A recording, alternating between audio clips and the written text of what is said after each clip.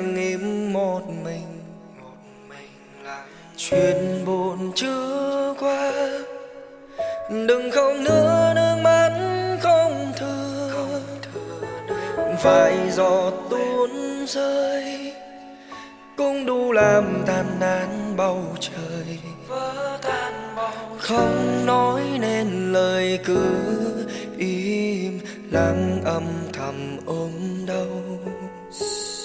Giờ ngủ chưa em, mắt đã thắm bờ môi khô rồi.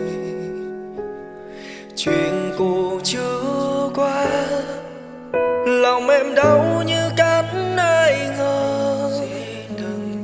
Đừng gọi tên nhau những đêm mưa bao tố như vậy. Đâu biết xa là nhớ nhau nhiều lắm. Em ơi bình yên là ở cạnh bên anh hay là ở nơi đâu? Em vui em trao hết ai, còn phần anh nước mắt không. Đêm nay môi mắt không có còn cho nhau như những lúc ban đầu. Lạnh cầm còn hơn gió đông kia đang thấy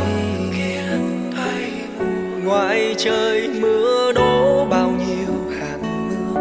Lòng anh không thay để bớt đau lòng.